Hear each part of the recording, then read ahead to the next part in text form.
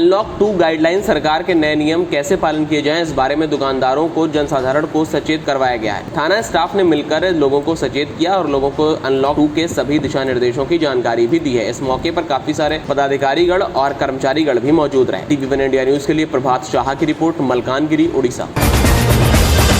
State union of journalist SUJ का मलकानगिरी में बैठक हुई है। मलकानगिरी सर्किट हाउस में state union of journalist Odisha की एक बैठक संपन्न हुई। इस बैठक में SUJ राज्य सभापति अजय कुमार साहू, वरिष्ठ संवाददाता सर्वेश्वर बरोड़ा, संजय कुमार सेठी के नेतृत्व में मलकानगिरी जिले के तकरीबन 30 से ज्यादा संवाददाता मौजूद थे। सभापति ने बताया कि वर्तमान SUJ राज्य के 30 जिलों में काया विस्तार हुआ है। 30 जिले के तकरीबन 2000 से ज्यादा संवाददाता इस यूनियन से जुड़े हैं। साहू ने बताया कि उनके यूनियन सरकार से कुछ मांग करी थी, जिसके लिए कुछ तो पूरे कर दी गई है, परंतु कुछ अभी भी बाकी है, जैसा कि सेवा स्वास्थ्य की 15 लाख रुपए की मृत्यु होने पर जर्नलिस्ट पेंशन एक्ट, 60 वर्ष से ऊपर के संवाददाताओं को रहने के लिए घर की व्यवस्था, संवाददाता की फैमिली वालों की स्वास्थ्य सुरक्षा इत्यादि विषयों पर बताया गया है।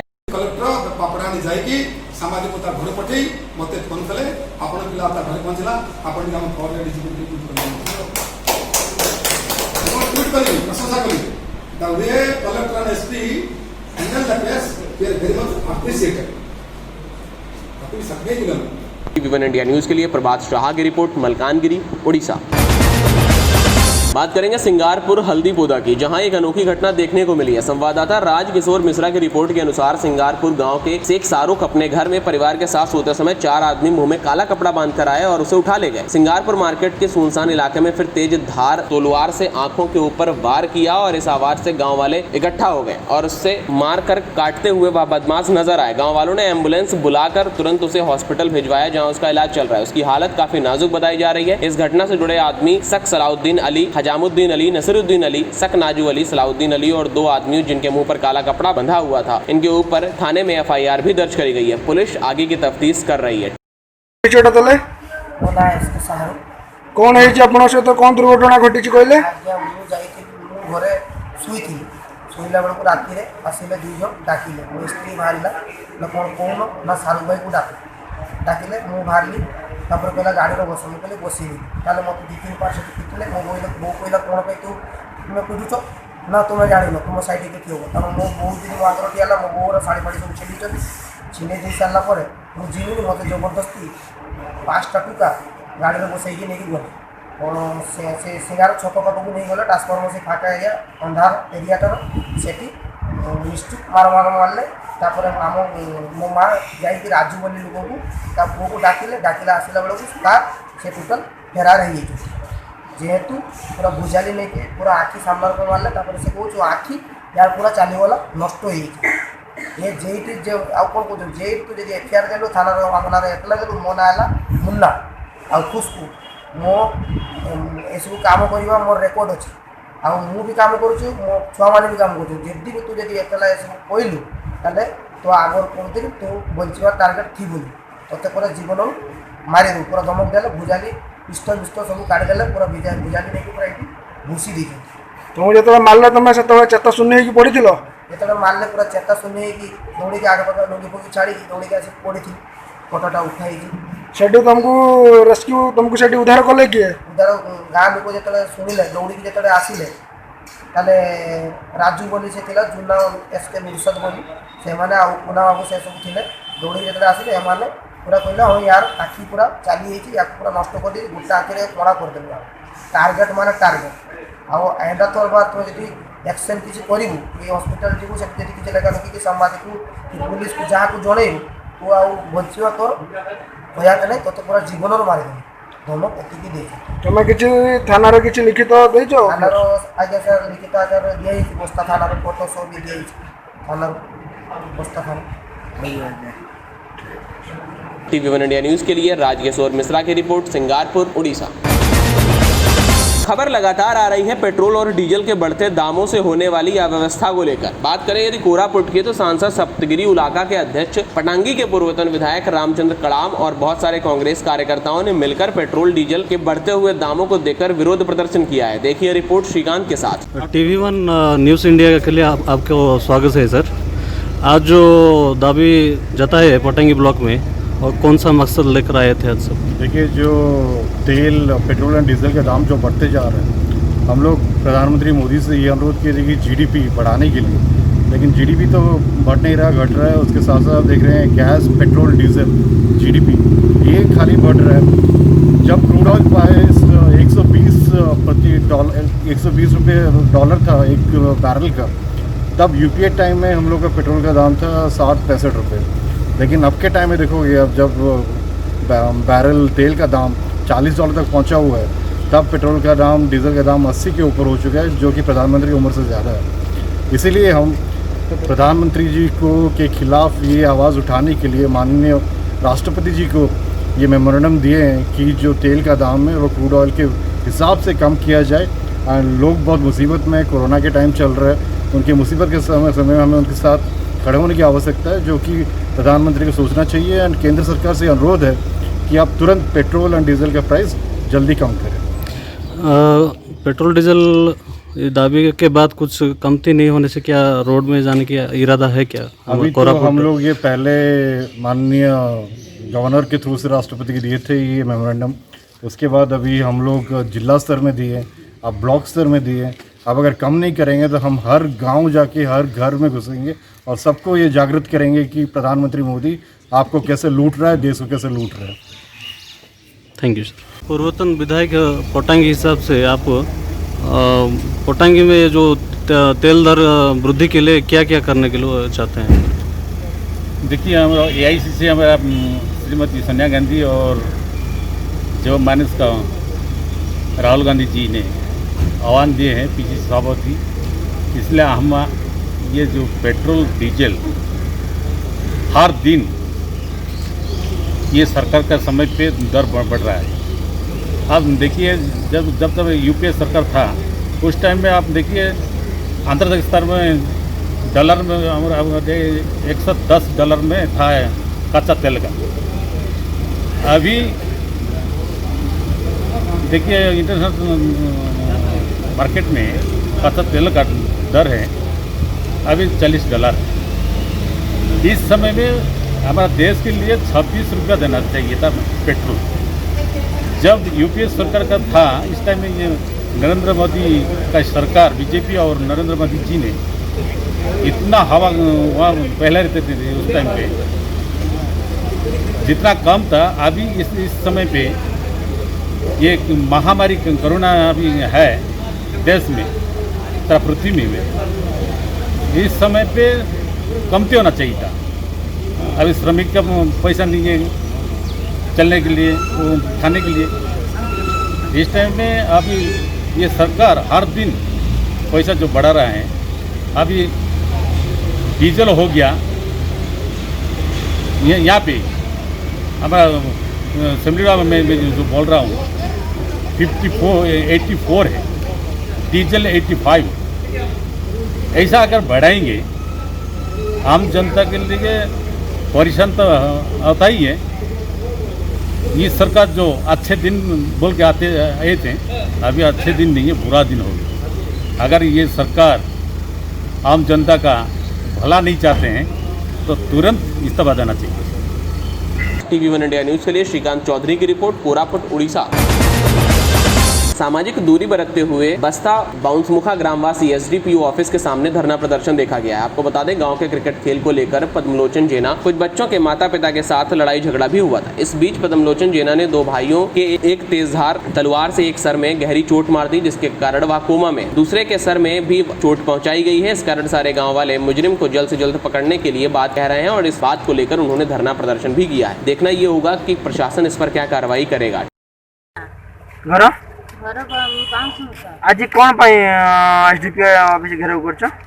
जेहेतु भाई की मारी की इंजर्ड कर दे सारा परे जेहेतु किसी न्याय मिलूनी, पुलिस जमा 2 जन को अरेस्ट कर आ 3 जन को बाकी रही बाहर बुलूं। से 3 जन भितर आमको बहुत धमक चमक दे बहुत हैरान हरकत कर आम न्याय मागुचु, कि पुलिस पाखर बहुत दौड़ी दौड़ी एठू कतरू बालेश्वर पर्यंत बहुत दौड़ीचु, किंतु आमको कौन छोटे आज SDPO कहले जे सब बुझा बुझी करेंगे, किंतु एमती कहते किंतु किसी काम हो पारुनी। आउपाई आम चाहूँ आज न्याय आमको मिलू, जो मान धरा जाऊ, जो मैंने फेरार अच्छा से धरा जाऊ।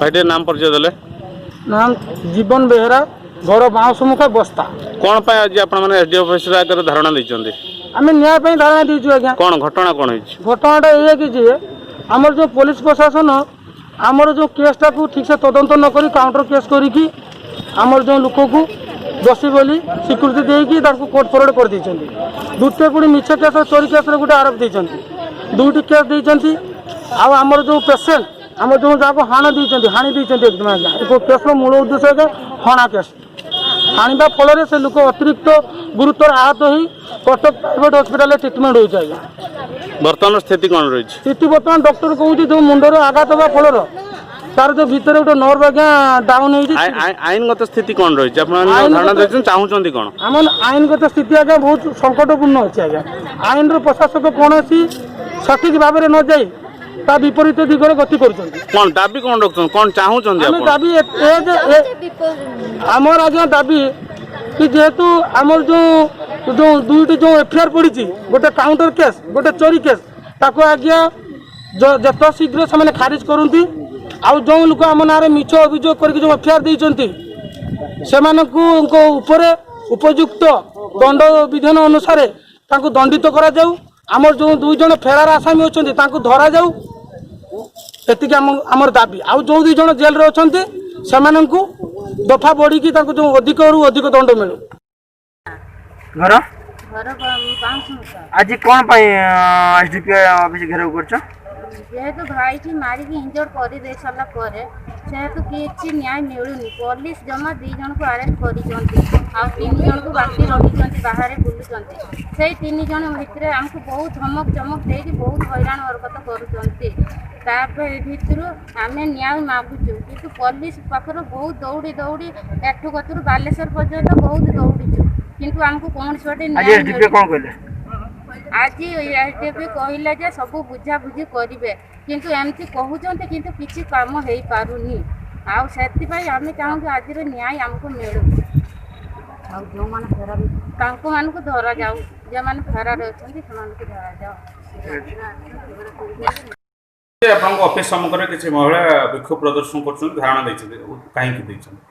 आमर बाउंसमुखी गाँव दी परिवार भितर मारपिट होता क्रिकेट खेल को केन्द्र करी से केस नंबर 130 एंड 131 रेजिस्टर हो बस्ता थाना आमर 131 2 जन मुख्य आसामी फरवर्ड होती जेल अच्छा आउ 2 जन आसामी फेरार अच्छी अरेस्ट करने को नहीं किसी लोक असंतुष्ट हो गाँव आसिक मेमोरांडम देती आमर आम प्रतिश्रुति देचु आते शीघ्र पार अदर आक्यूज मान अरेस्ट कर कितने भितर हम आम चेष्टा करते शीघ्र 7 दिन भितर आम चेष्टा कर अरेस्ट करने टीवी1 इंडिया न्यूज के लिए सुशील कुमार भक्ता की रिपोर्ट बस्ता उड़ीसा। आजकल कोरोना की स्थिति ऐसी खौफनाक हालत में पहुंच चुकी है जहां एक गरीब परिवार की दर्दनाक अवस्था गंजाम जिला करबी सूर्यनगर विज्ञापति अंचल में देखने को मिली है। हमारे खास संवाददाता राकेश कुमार रथ की रिपोर्ट के अनुसार शहर के बीचों बीच एक व्यवसायी सोमनाथ पात्र नामक आदमी को सर्दी जुकाम होने के कारण उनको एम्बुलेंस के जरिए टाटा कोविड अस्पताल ले जाया गया। तभी वहाँ उनकी मौत हो गई। एम्बुलेंस वाले ने आगे न बढ़कर वापस घर लाने को कहा, लेकिन कोरोना पॉजिटिव होने की शंका में आस पड़ोसी कोई भी रिश्तेदार कंधा देने तो दूर उसे देखने भी नहीं आए। उनके परिवार में रहने वाले एक भाई और एक बहन किसी भी परिस्थिति में कोई एक दूसरी एम्बुलेंस के साथ गुजारिश करते हुए उसके पास गए और जिसने उन्हें छोड़ा। फिर वहां किसी भी सूत्र से पुलिस को खबर लगने पर एक जेसीबी भेजकर गड्ढा खोदकर उन्हें वहीं दफनाया गया। यह चौंकाने वाली बात रही कि जहां मनुष्य एक सामाजिक प्राणी बोला जाता है, वहां आस पड़ोस और प्रशासन की इंसानियत कहां सूखी पड़ जाती है। राकेश कुमार रथ के साथ जुड़कर देखते हैं यह रिपोर्ट। टीवी1 इंडिया न्यूज के लिए राकेश कुमार रथ की रिपोर्ट, गंजाम उड़ीसा। खबर नुआपाड़ा से, जहां खरियार रोड में 1 जुलाई से 7 जुलाई तक मनाए जाने वाले वन महोत्सव का बुधवार को शुभारंभ किया गया। खरियार रोड रेंज निरंजन माझी की अध्यक्षता में यह आयोजन हुआ। पर्यावरण प्रेमी मनोज कुमार डागा, सेवानिवृत्त रेंजर रविंद्र सेठ सहित काफी सारे लोग मौजूद रहे। आज 71 वन दिवस है। आज से 1 से 7 तारीख तक हमारा वन पालन करा जाएगा और लोगों को पेड़ लगाना के लेके समझाएंगे लोग। उस दिन में सब हमारा जो नर्सरी प्लांटेशन एरिया है सब जगह में वो पेड़ लगाएंगे। वो 7 दिन हमारा कंटिन्यू वन महोत्सव पालन होगा। TV1 इंडिया न्यूज के लिए रितेश राठौड़ की रिपोर्ट, नुआपाड़ा, उड़ीसा। तेल की दर वृद्धि प्रतिवाद में ऑल इंडिया इंस्टीट्यूट फेडरेशन ने रास्ता जाम किया। आपको बता दें, लॉकडाउन समय में साधारण जनता को लूटने की बात कही जा रही है। तेल के बढ़ते हुए दामों को लेकर लोग धरना प्रदर्शन करते हुए नजर आ रहे हैं। खबर आई उड़ीसा की राजधानी भुवनेश्वर से, जहां तेल की महंगाई को लेकर चिंता जताई गई है और बुद्धिजीवियों ने देश में कोरोना संक्रमण की संख्या बढ़ती जा रही है। इसके साथ साथ लोगों की आर्थिक तंगी भी दिखाई दे रही है, परंतु यदि इस तरीके से दाम बढ़ेंगे तो लोग काफी बुरी तरीके से टूट जाएंगे। ऑल इंडिया स्टूडेंट तेल की कीमत इस प्रकार बढ़ती हो रही है, इसको विरोध करते हुए AISF संगठन आज रास्ता पर उतरे और माननीय पेट्रोलियम मंत्री के उस पुतला की आग जलाए। देखिए, अभी कोरोना महामारी के समय गरीब जनसाधारण की जिस प्रकार हड्डियाँ जो आर्थिक हड्डियाँ टूट पड़ा है, इसको नज़रअंदाज करते हुए केंद्र सरकार और राज्य सरकार इसको हाथ लगाए हैं। एक पेट्रोल के लीटर पर हाथ लगा है, कैसे साधारण जनता जैसे मध्यवित्त हो या गरीब हो, परिवार में किस प्रकार अभी इनका जो अर्थनीति के जो हड्डियाँ टूट पड़ा है, अभी कैसे बर्दाश्त करेंगे। इसकी वजह से ऑल इंडिया स्टूडेंट फेडरेशन रास्ता पर है। धन्यवाद। तरह से यही वक्त में हम ये जो फिजिकल डिस्टेंस, मास्क लगा के घर में बैठिए, सब सुरक्षित रहेंगे, यही सब नारा देके हम जो है पूरे देश को लूट लेंगे और आगे जो आने वाली जो इलेक्शन है, बिहार की हो, वेस्ट बंगाल की हो, उसके लिए अपनी जो पार्टी की जो फंड है उसको कलेक्ट कर सकें। अच्छा, ये हम अभी जो मैं जानना चाहता हूँ कि जो तेल का कीमत जो बढ़ाया है, तो देखिए कोरोना के वजह से कोरोना जो महामारी की वजह से जो लॉकडाउन हुआ है, जो शटडाउन हो रहा है, तो इस समय जो तेल के रेट बढ़ाया गया है वो मध्यवित्त जो गरीबों के लिए असर पड़ा है। अब आपको कहने का मतलब, देखिए जो कुछ दिन पहले और सरकार ने अभी बीजेपी के मतलब एक लेखा सामंत ने बोला कि देखिए तो कम मतलब व्यवसाय होते थे, 1000 लीटर तेल बेचना एक दिन में अभी 100 लीटर जाता है, तो इसी की वजह से होता है कि आपको मन महसूस हो रहा है। ये बिल्कुल सही, इसमें कोई दो राय नहीं। लेकिन मैं आपको एक चीज़ बता दूँ, लॉकडाउन की वजह से आपका गाड़ी का जो पेट्रोल का जितना रेवेन्यू कलेक्ट करती है सरकार, ये कम हुआ है, इससे ही। लेकिन आप रेवेन्यू कलेक्शन के लिए लोगों के जेब को काट ले, ये कहाँ पर लिखा है? ये कहाँ का न्याय है? अगर आपको अब आप देख लीजिए अभी कोरोना का माहौल क्या है, लोगों के पास अभी 2 वक्त के खाने के लिए भी सरकार को 5 किलो का जो चावल देना पड़ता है और ऊपर से आप बोल रहे हैं कि 82 रुपये देकर वो पेट्रोल खरीदे। ये कहाँ का इंसाफ, ये कहाँ का लॉजिक है, वो भी बता दीजिए। रेवेन्यू कलेक्ट करना है ना आपको, ये बहुत सारे उपाय हैं जो आप रेवेन्यू कलेक्ट कर सकते हो। पेट्रोल डीजल अगर हाइक होता है उसका प्राइस, तो पूरा आप जितने भी चीज़ें देख लीजिए, मार्केट में जो चीज़ आप खरीदते हैं वो पूरा डायरेक्टली उसके ऊपर इम्पैक्ट पड़ता है, वो जो उनका जो रेट है वो भी बढ़ जाता है। तो हम चाहते हैं कि कोरोना से अगर फाइट करना है तो जब लोग बचेंगे तभी तो ये देश बचेगा। आप कोरोना से फाइट कर सकेंगे ना कि जब लोग मर जाएंगे तो फिर देश का क्या फ़ायदा, इस सरकार का क्या फ़ायदा। और ये दोनों सरकार की मिली भगत में ये सब चल रहा है। एक तो एक्साइज ड्यूटी बढ़ा रहे हैं लगातार, अब देख लीजिए ये जो आप बोल रहे हैं ना कि अभी लॉस माइनस जो भी हुआ है, पिछले कुछ वर्ष में जो कच्चे तेल की जो दाम था वो पूरा घट गया, तब भी ये सरकार ने पेट्रोल का रेट कम नहीं किया, ठीक है। उस वक्त में आपने जो रेवेन्यू कलेक्ट किया था उसको भी तो आप रखे होंगे। दूसरी बात ये, अभी भी इतना बढ़ा नहीं है कच्चा तेल का रेट, तो आप अभी क्यों बढ़ा रहे हैं? दूसरी बात, उस जो एक्साइज ड्यूटी वो कलेक्ट करते हैं उसमें एक एजुकेशन सेस भी है, एजुकेशन के नाम पर वो वसूलते हैं। मैं आपको बता देता हूँ कि सरकार के ये आंकड़ा है कि एजुकेशन सेस उन्होंने जो कलेक्ट किया था वो अभी तक एजुकेशन पर खर्च नहीं हो पाया।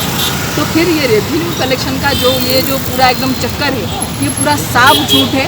ये चाहते हैं कि आम जनता जो है परेशान हो, उसकी रोजी रोटी छीन जाए, वो जिस तरह से रोड पे आके मरे, ताकि सरकार को अपनी जो ऑटोक्रेसी है, तो वो लोग नहीं चाहते कि डेमोक्रेसी रहे, कोई विरोध करे। और कोरोना का माहौल उनके लिए अपॉर्चुनिटी जैसा है, तो वो चाहते हैं। और इसीलिए आज हम ये डिमांड कर रहे हैं कि पेट्रोलियम मिनिस्टर जो है धर्मेंद्र प्रधान, वो तुरंत ही इस्तीफा दे अगर इस माहौल को वो सुलझाने की स्थिति में नहीं, उनकी सरकार जो है ना करे। आज राजस्थान पर ऑल इंडिया स्टूडेंट फेडरेशन के संगठन आज राजस्थान पर है। आइए इनसे पूछेंगे अभी मतलब क्या इनका मकसद है, ये जो राजस्थान पर है क्या इनका दिमाग। आइए मैं आपको इंडिया न्यूज़ से स्वागत करता हूँ कि आज ऑल इंडिया स्टूडेंट फेडरेशन जो राजस्थान पर आए हैं, जैसे कि पेट्रोलियम मंत्री जी अभी है कि तो ये जानना चाहूँगा मतलब क्या अभी मध्यमित परिवार हो या गरीब परिवार हो, क्या असर पड़ा इसका? लगातार 22 दिनों तक पेट्रोल और डीजल का रेट एकदम हाईएस्ट रेट पर बढ़ रहा है। इस तरह से हाइक चल रहा है, ये पूरी तरह से साफ हो चुका है। ये जो सरकार, ये पूरी तरह से जन विरोधी सरकार है, क्योंकि इस माहौल में आप डीजल और पेट्रोल की प्राइस हाइक कर रहे हैं। जिस वक्त ये माहौल का कोरोना का माहौल है और कोरोना जिस तरह से लोगों से उनकी ज़िंदगियां छीन रहा है, उनकी जो रोजी रोटी है वो छीन रहा है, उस वक्त ये सरकार पेट्रोल और डीजल की रेट को हाइक करके उनके ऊपर और प्रहार करना चाहती है।